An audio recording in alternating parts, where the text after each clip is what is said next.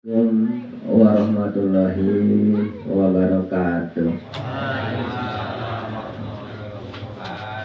Alhamdulillah, alhamdulillah wa syukurillah wa nikmatil iman bidil Islam.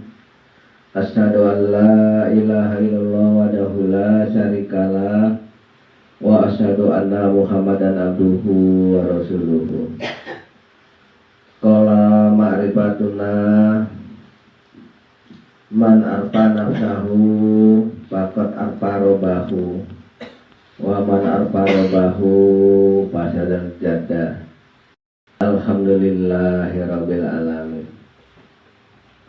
Alhamdulillah, dengan rahmatnya Allah, pada malam hari ini kita masih diberikan kesehatan iman kita, Islam kita, sehingga dapat menghadiri pengajian Ma'rifatullah di Wadah Thariqat Hatariyah Syahid. Kebetulan pada malam hari ini kita berada di kediaman saudara kita, yaitu Bapak Boy Majah keluarga. Mudah-mudahan Allah berikan tempat sebaik-baiknya di akhirat nanti setiap orang dengan tempat pengajian-pengajian di muka bumi ini. Itulah harapan kita, sebaik-baik tempat adalah surga.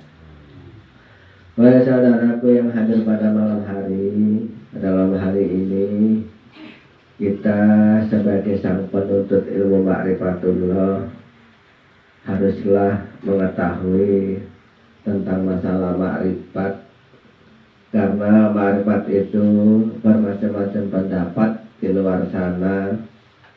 Ada yang ma'rifat dikatakan oleh orang itu menjadi dukun, yaitu bisa ngobat-ngobati orang.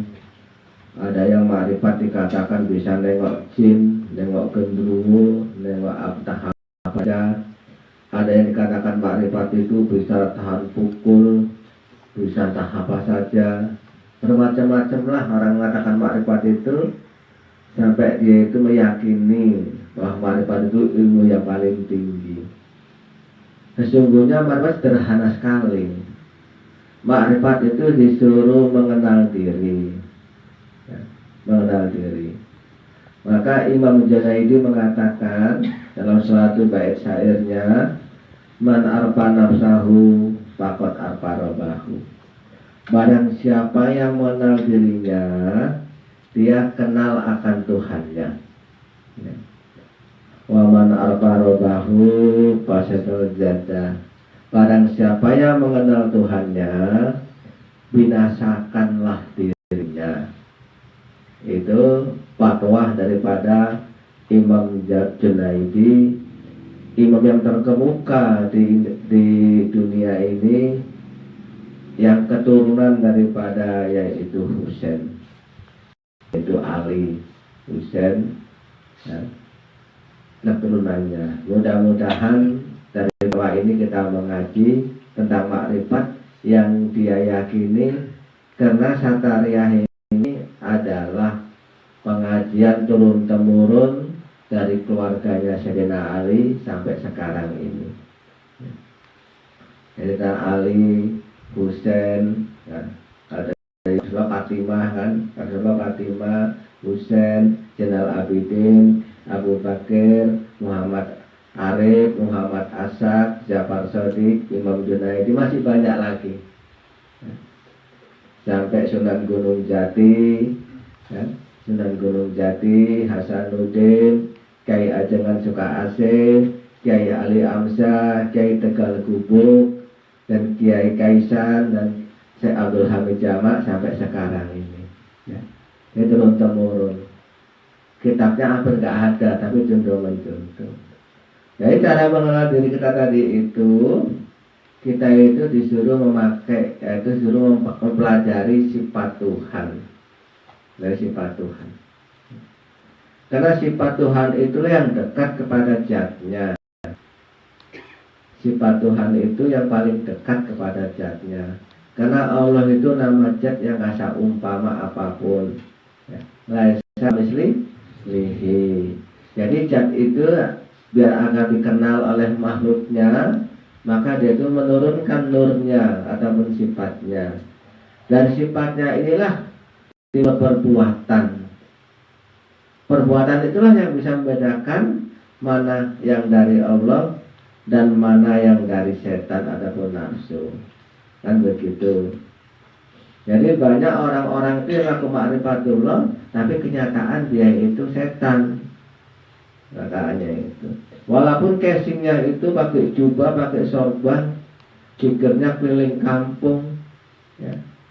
Sholatnya taat, semua baiklah, tapi hatinya busuk. Hatinya penuh dengan sarang setan ataupun sifat-sifat setan, seperti sifat dendam, seperti sifat benci, seperti sifat sombong, sombong akan ilmunya, sombong akan kedudukannya, sombong akan hartanya, sombong kena ketampanannya ataupun kecantikannya. Banyak yang disombongkan lah. Itu kotoran-kotoran hati yang melekat pada hati manusia yang ditimbulkan dari sifat setan. Maka orang-orang yang memakai sifat setan itu amalnya tertunda oleh Allah, karena amal itu kendaraannya salah. Maka dari itulah Allah itu menyuruh manusia, menyuruh makhluknya. Dikala itu makhluknya Allah yang ada di alam roh itu wujudnya manusia semua, baik itu malaikat, baik itu jin, baik itu tumbuh-tumbuhan, baik itu hewan, segala yang ada, baik itu bebatuan, bintang, bumi, dan lain semua itu wujudnya manusia. Tapi ini nggak masuk akal. Kalau percaya silakan dipercayai, kalau enggak jangan buru-buru jangan buru-buru disalahkan. Nanti kalau kamu masuk alam roh sana, nanti kamu itu ada jawabannya. Kalau sekarang kita kan nggak terjangkau akal. Jadi kalau ada kata kamu nggak percaya, jangan kamu salahkan. Coba.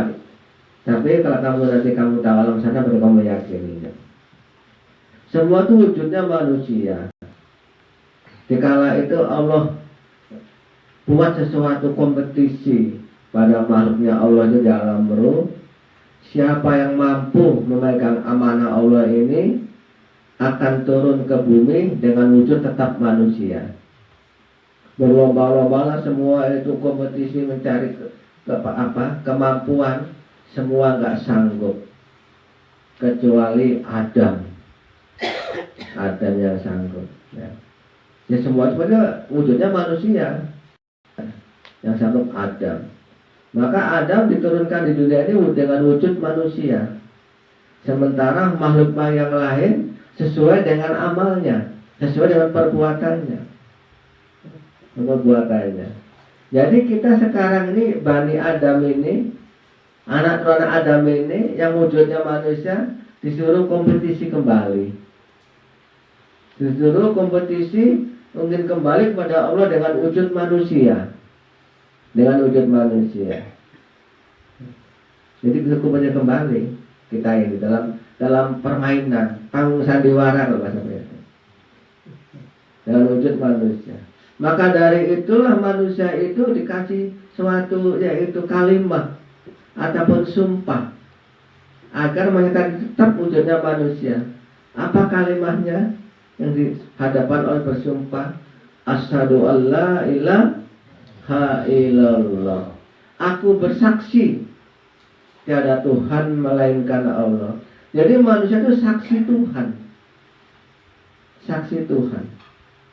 Kenapa kok jadi saksi Tuhan? Agar tetap wujudnya manusia. Jadi bagaimana cara pengisah Tuhan yang di dunia yang kita pakai ini? Allah itu kan nama zat, ya, nggak ada umpama. Zat itu dikenal melalui sifatnya. Sifat itu dinyatakan dengan perbuatannya. Kalau kita di dunia ini berbuat dengan kasih sayang, dengan sesama makhluk, dengan sesama manusia, dengan sesama golongan, kasih sayang, pemaaf dan penyabar, itu kita itu menjadi saksinya Allah. Karena sifat kasih sayang itu sifatnya Allah. Ketika kita pakai di dunia ini, kita menjadi saksinya Allah. Itulah amalan kalimat asyhadu alla ilaha illallah. Itu bukan ucapan, diikrarkan dengan lidah, ditaskan dengan hati, dan diperbuat dengan anggota badan. Ya, cara berbuat kalimat la ilaha illallah kita memakai sifat pengasih dan penyayang. Ini hati-hati. Hati-hati. Jadi ibadah-ibadah kita yang baik yang kita buat di muka bumi ini, ketika kita letakkan ada sifat kasih dan sayang, akan sampai kepada Tuhannya. Karena kasih sayang tadi itu sifat daripada Allah yang kembali kepada Allah. Jadi kalau amal-amal kita diletakkan di situ, pasti amal kita itu berangkat menjumpai Allah. Tapi kalau hati kita sedang kotor, yang kita pakai sifat setan, ya, dendamnya luar biasa, nggak hilang-hilang, benci sama tetangganya itu nggak hilang-hilang sampai matinya benci, kete kalau saya bilang itu pekot gitu kan. Amarahnya makin memuncak, sedikit saja suatu masalah nggak dimaafkan, maka timbul marah, timbul pergaduhan. Kalau ada sifat itu yang kita pakai sehari-hari di muka bumi ini, lalu kita berbuat baik, amal-amal yang baik itu diletakkan di sifat yang buruk, itu nggak sampai pada tempatnya, nggak sampai pada kebaikan. Contoh begini, ini suatu dalil. Kamu itu punya barang sayuran bayam ataupun kangkung. Sekarang ini kan itu tanamannya kan. Kalau dulu timun, sekarang udah nggak ada timun, hilang. Yang ada bayam dengan kangkung. Niat kamu ini mau dibawa ke pajak siantar. Pajak siantar kamu dititipkan sama motor angkot yang menuju ke siantar. Udah jelas itu bakal sampai ke siantar. Tapi ketika salah kendaraan, barang yang kamu miliki tadi ini kamu titipkan di angkut ataupun motor yang arah ke Tanjung Balai sana, lalu dia dibawa ke sana, kamu cari di siantar, jumpa gak nama barangmu? Nggak jumpa. Amal-amal yang baik yang kamu perbuat, kamu titipkan kepada sifat setan, itu amal itu akan berjalan menuju ke arah setan. Sementara kamu dituntut oleh Allah kembali kepada Tuhan. Karena jumpa gak sama amalmu itu. Maka banyak orang sekarang itu yang beramal baik tapi tumpur. Amalnya banyak baik, tapi ketika pulang ke alam gaib itu tumpur. Tahu tumpur? Merugi. Kenapa? Nggak jumpa sama amalnya. Kenapa nggak jumpa? Karena amal dia diletakkan di hati yang penuh dengan sifat setan. Andai kata kita bisa kembali pada Allah, biasanya kalau sudah saksi setan tadi itu kembalinya ke arah setan, walaupun tuannya setan kan begitu. Walaupun Pak Kiai, walaupun Pak Ustadz, walaupun mengaku orang beriman, ketika kolbunya tadi itu penuh dengan sifat setan, itu semua ibadah dan sukma kita akan kembali kepada setan. Nggak bisa dipungkiri lagi itu. Karena itu yang kamu pakai, itu yang kamu yakini, itu yang kamu dewa-dewakan, yang kamu agungkan, yaitu keburukan hatimu dengan sifat setan yang kamu banggakan di dunia ini. Walaupun kamu tutupi yaitu amal-amal yang baik, toh juga kamu akan kembali pada setan. Maka itu hati-hati. Disuruh ngaji diri tadi. Manusia mengenal dirinya akan kenal dengan Tuhannya. Ketika dirinya tadi itu pakai sifatnya Tuhan, berarti kita itu saksi Tuhan sama Tuhannya kan. Ketika kita memakai sifatnya setan, nanti kita saksi setan. Jadi kalimatnya nggak asyhadu Allah lagi, asyhadu syaiton gitu kan. Aku bersaksi tiada setan yang ada dalam diriku, begitu kan. Nah kita hati-hati. Jangan banggakan ilmu kita tinggi. Kalau masalah ilmu tinggi, ijazah itu paling tinggi ilmunya. Yang dijadikan oleh Allah itu iblis, ilmunya tinggi, ibadahnya tinggi. Dan di Indonesia itu yang paling tinggi ilmunya ahli alam gaib, bisa mengatur jin, bisa masuk kemana-mana. Itu ada yang paling tinggi, hampir kalah para wali-wali sama wali-wali, yaitu Mak Lampir itu mati. Maka jangan samakan ilmunya. Yang kita kaji ini yaitu tentang masalah Tuhan, zat Allah yang kita kaji. Nggak akan bisa kita kembali kepada zat kalau nggak pakai sifatnya. Ya, sifat Allah yang kita pakai pasti di dunia ini punya akhlak yang baik. Itu cirinya. Jadi orang-orang punya akhlak yang baik, tingkah laku yang sopan, bahasa yang makromo, yang jujur, yang nggak banyak bohongnya, itu menandakan dia itu mencapai sifat ketinggian ilmunya sama ma'rifatullah, yaitu orang-orang yang dekat kepada Allah, orang-orang yang menjadi saksinya Allah. Maka dari itulah Allah itu mengucapkan di Al-Quran itu Allahu nurus samawati wal ard. Allah itu nur. Nurnya Allah itu langit dan bumi, termasuk kita ini nurnya Allah. Jadi kalau kita itu cahaya Allah kan nggak mungkin kita dendam lagi sama cahaya Allah. Jadi kalau cahaya lampu yang bening, cahayanya ikut bening nggak kira-kira? Tapi kalau lampu itu warnanya merah, cahaya ikut merah enggak? Nah, jadi kalau cahaya Allah, diri kita cahaya Allah, pasti diri kita tadi hampir mendekati dengan sifat-sifat Allah, yaitu pengasih dan penyayang, pemaaf dan penyabar. Siapakah orang yang berhasil, yaitu mengkaji diri ini sampai sekarang diabadikan oleh Allah sampai hari kiamat nanti, yaitu Nabi Muhammad, yaitu panutan kita. Dia berhasil menciptakan dirinya, mengolah dirinya menjadi orang pemaaf di muka bumi ini, mengolah dirinya menjadi orang yang sabar di muka bumi ini, mengolah dirinya menjadi orang pengasih penyayang walaupun sama musuhnya. Dia nggak pernah jolim terhadap musuhnya ketika musuhnya ini sudah nggak berdaya. Kenapa dia nggak jolim? Karena sifat pengasih penyayang itu tinggi, selalu dimaafkan. Walaupun musuhnya itu mau bunuh dia, tapi tetap dia itu memaafkan kesalahannya. Itulah Nabi Muhammad sebagai panutan manusia di muka bumi ini dari awal sampai akhir. Kebaikan yang diabadikan oleh Allah untuk umat manusia. Jadi kalau kita mengikuti jejak beliau, memakai sifat-sifat ketuhanan pada dirinya, membuang jauh-jauh sifat setan, insya Allah kita akan berkumpul dengan Muhammad di sana, dan para wali-wali Allah kita berkumpul menjadi orang yang duduk sila bersama, yaitu di dipan-dipan yang indah di surga nanti. Tapi apabila kita memakai sifat-sifat setan, kita akan terjebak dalam suatu tempat yang namanya barjah, ya, tempatnya setan berada, tempatnya arwah-arwah orang jahat, tempatnya arwah-arwah jin dan setan, tempatnya bermacam-macam kejahatan lah. Di situ hukum adalah hukum merimba. Mana yang kuat itu yang menang, yang kalah jadi santapan. Sementara manusia itu cucu dari Adam, namanya jiwa. Dan jin itu cucu daripada iblis, namanya jin.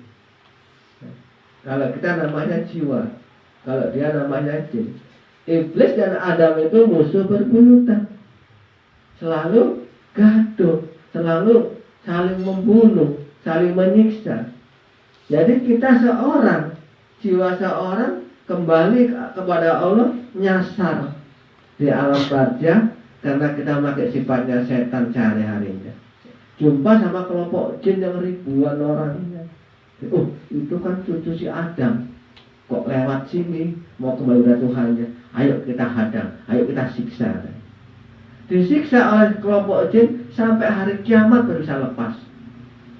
Andai kata nggak ada hari kiamat, nggak ada hari kehancuran, nggak akan lepas. Itu siksaan jin, siksaan jin pada kita yang banyak setan. Apa contohnya? Ini contohnya begini. Ketika kamu tidur, lalu kamu tuh mimpi dikeroyok orang, mau disiksa.